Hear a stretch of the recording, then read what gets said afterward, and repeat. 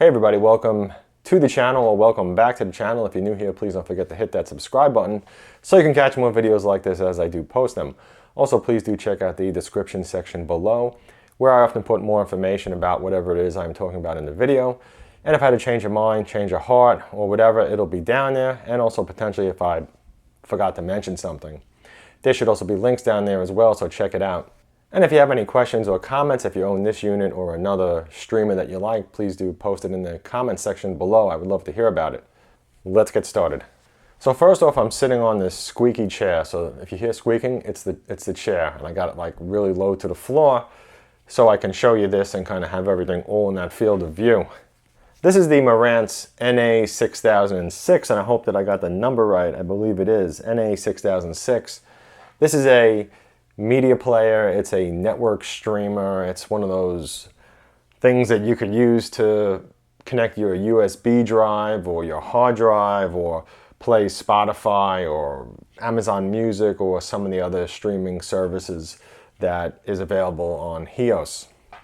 The first thing I want to point out is with this remote, and this is really important, if you want to be able to adjust the volume on the remote like this,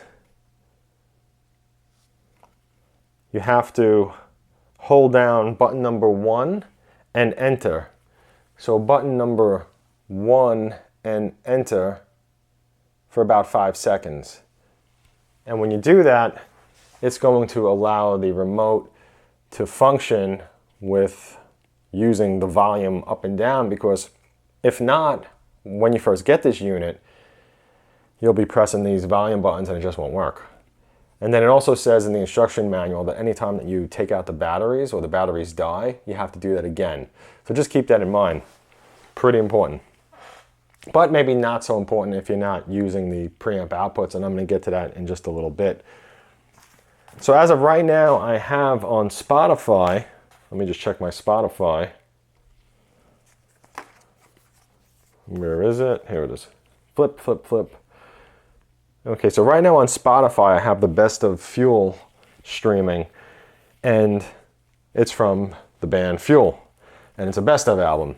So at the top of the screen, you can see it says Spotify, and it says the Best of Fuel. The song that's playing is Shimmer. It shows you the time it's been playing and the time that's left. Now, if I skip songs,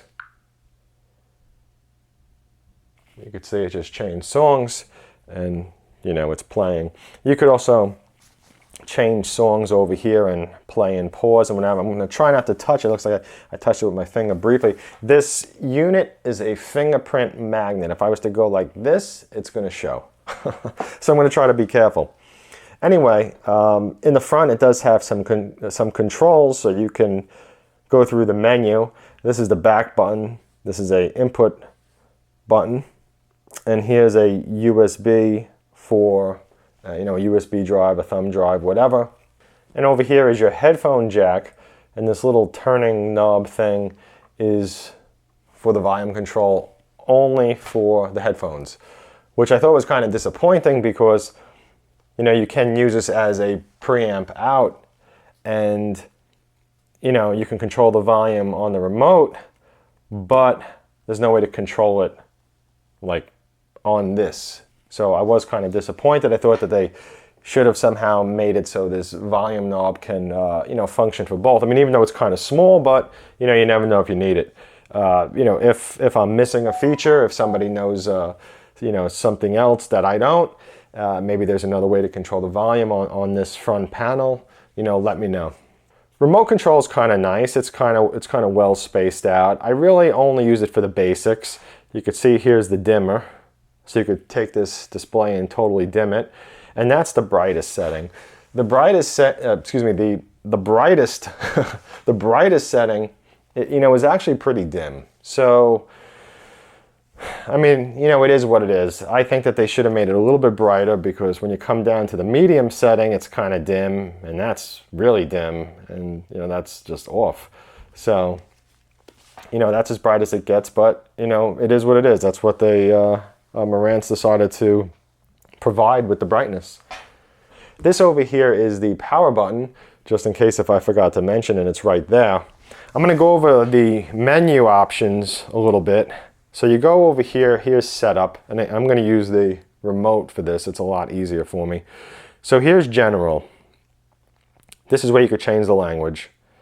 Your auto standby, as far as, you know, having this unit shut off automatically if it's not playing for a certain amount of time, whatever. You know, that's pretty important with almost anything that you purchase. So you should always have the auto standby set to on, so it does turn off.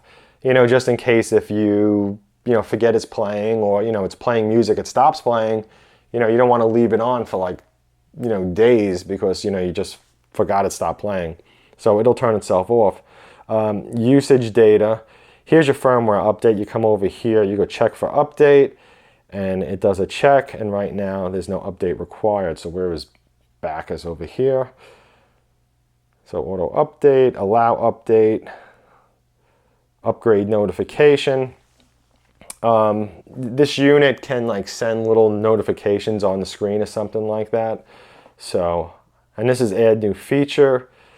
You know, I don't really know if that's ever really used. I have it on the Marantz NA6006. It has like add new feature or something like that, and I don't know if there's any new features anywhere to add. I haven't seen anything. So let's see. So back, this was firmware. So here's information, notification alerts, check for notifications.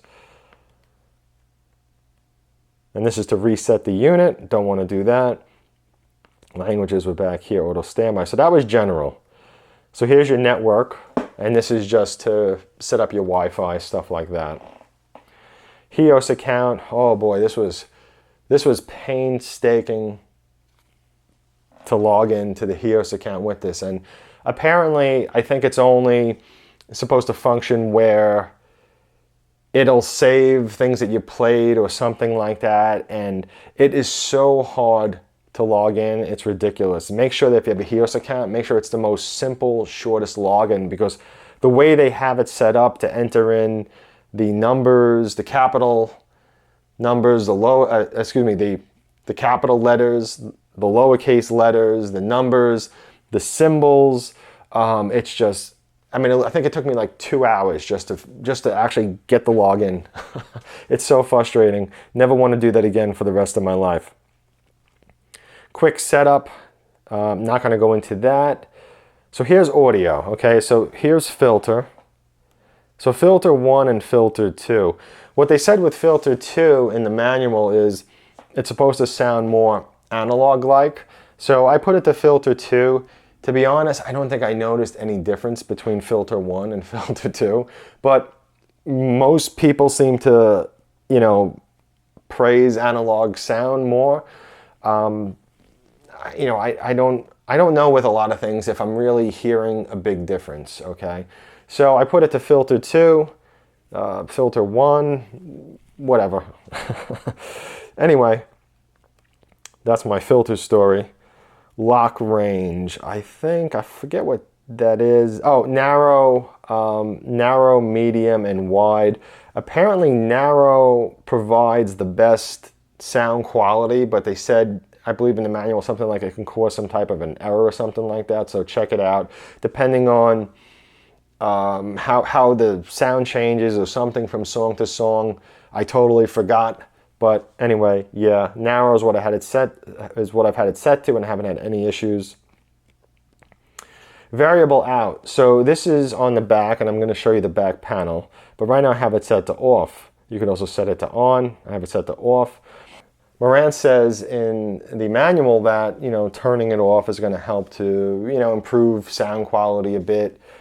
You know, that's the case with almost anything when, you know, receivers or amps have like a pure mode or a mode that turns off the tone controls or anything like that. So this is just that same logic. So the variable out.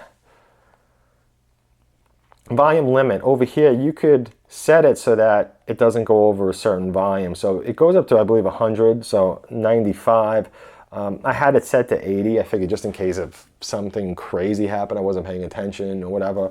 You know, at 80, it was loud, but with this unit, I think that's as low as it goes. Yeah, 80 is as low as it goes anyway, to limit the volume.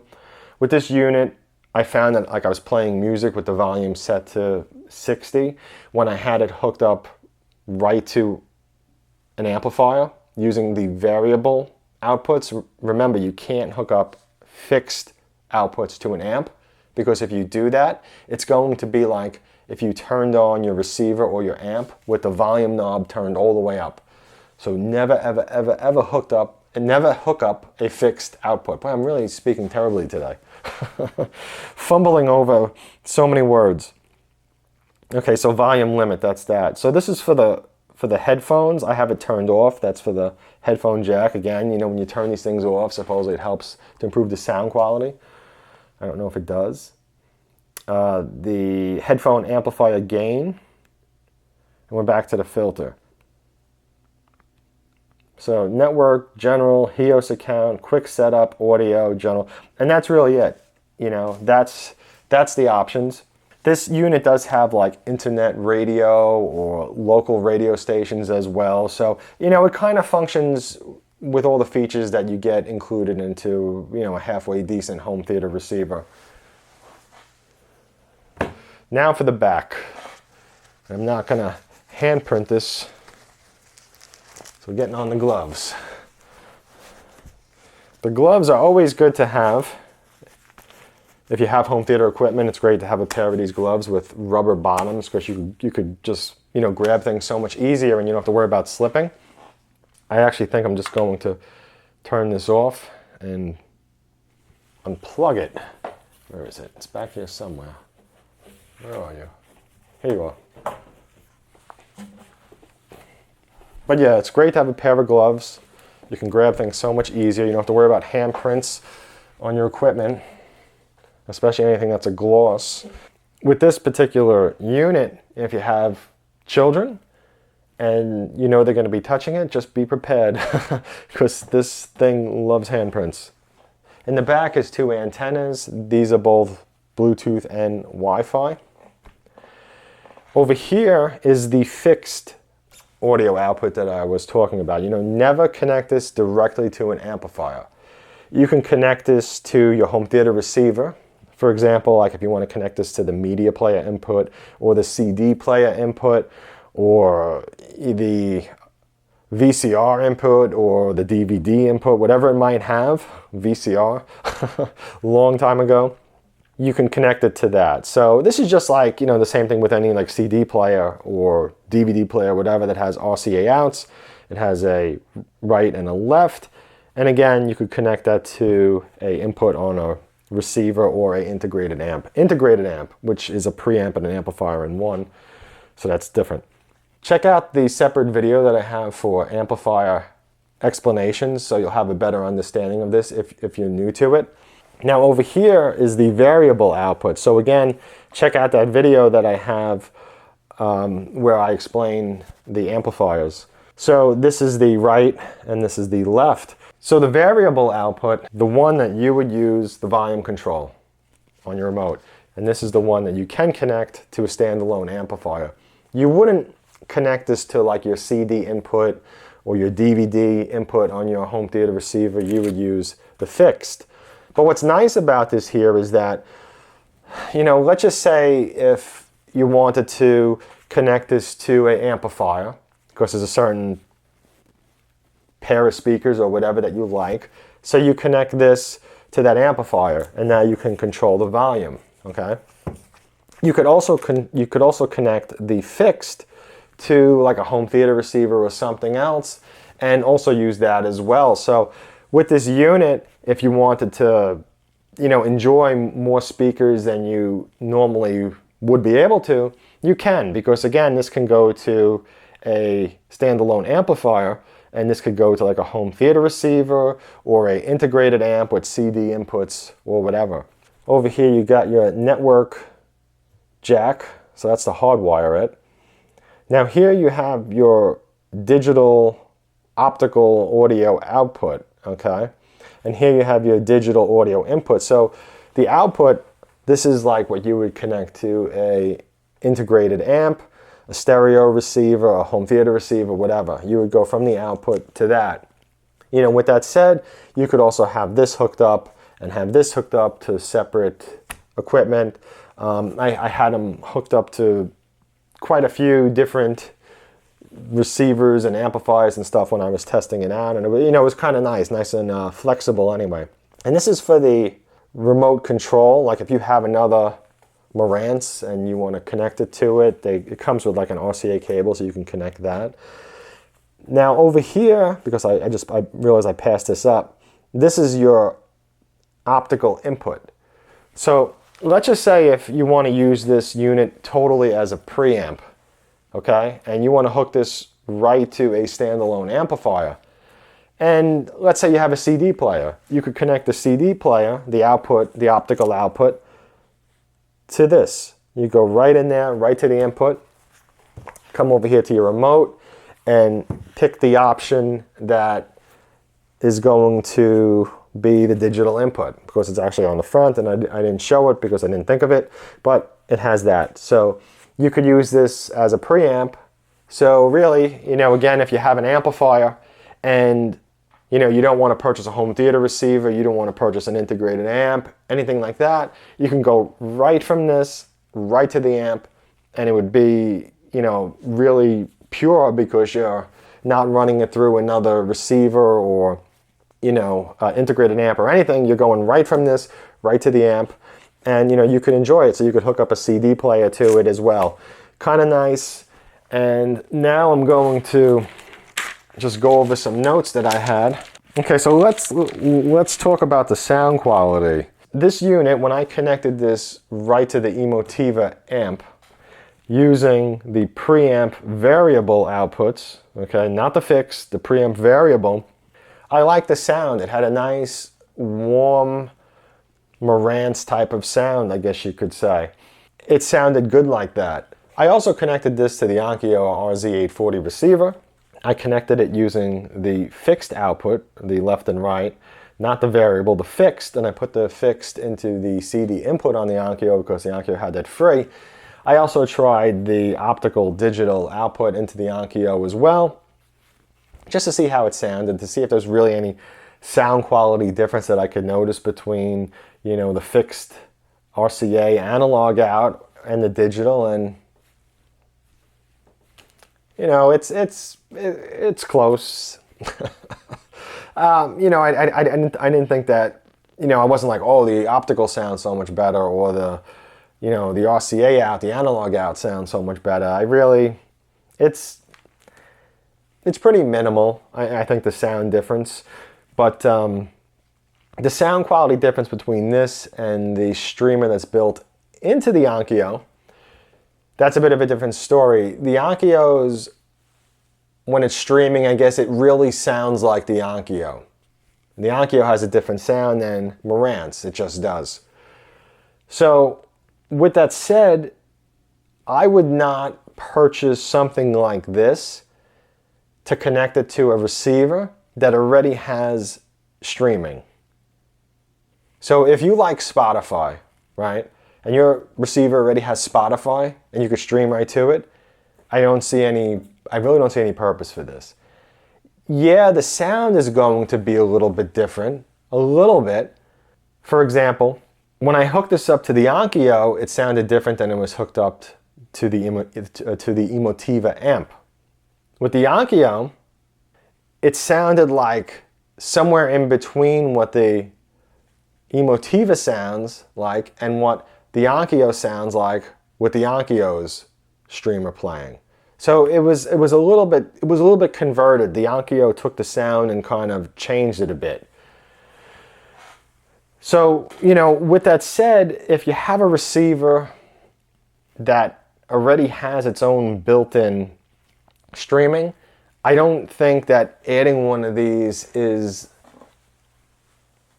money well spent. I think that it's kind of like a waste of money, in my opinion. I think, just be happy with what you have that's built in. Something like this is better for connecting it directly to an amp, or potentially like a stereo integrated amp or something like that.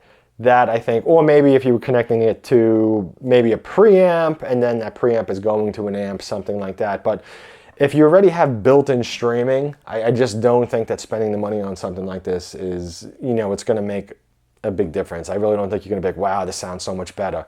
You know, it sounded a little bit warmer than the Onkyo's, but the Onkyo sounds like an Onkyo and the Marantz sounds like a Marantz. That's really the only way I could explain it. I have compared the sound of this compared to like the streaming coming out of the Roku, using like the Roku's apps, streaming it to the receiver using the HDMI. And I also compared this to the Cambridge CV something V2. I don't know, it's like $1,100 or $1,200, whatever it costs now, I forget. But I compared it to that as well. And there's a bit of a little bit of a sound quality difference between the two. The Cambridge is a little bit more reserved, and the sound quality on this is maybe a little bit, tiny bit more forward, maybe a little bit wider sounding, and any recording that has some type of like a mild reverb on the voice, or maybe a little bit of like that, or some type of mild echo, I found it sounds a little bit stronger on the Marantz compared to the Cambridge. Okay, so that's really you know, the only way that I could explain the sound quality is by referencing it. Now the Roku, I don't think the Roku sounds bad. So if you have a Roku and you're enjoying it, again, I don't know if, you know, running out and purchasing one of these is going to make a huge difference. The Roku, I think, sounds a little bit more airy, a little bit wider sounding, possibly than something like this. I know it sounds wider than the Cambridge, but you know, this again, I think is really for people that either need it for certain streaming services, and make sure that this will play the streaming services that you use. Okay, if you use Spotify, I mean, Spotify seems to be so universal that almost everything uses Spotify. So I suggest to look at the apps that are supported by the HEOS app. I know that Spotify works really well with this. Spotify is like a no-brainer to set up with this thing. It's like you could stream to it very easily. I streamed Amazon Music as well. But Amazon Music has a lot of glitches and it just frustrates me, so I really don't even use it.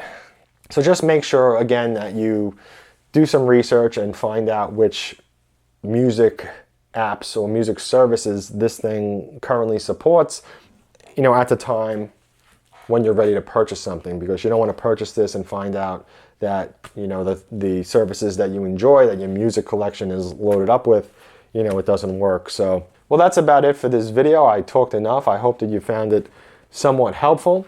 And if you have any questions, comments, please post them in that comments section below. Thank you for watching. Have a great day.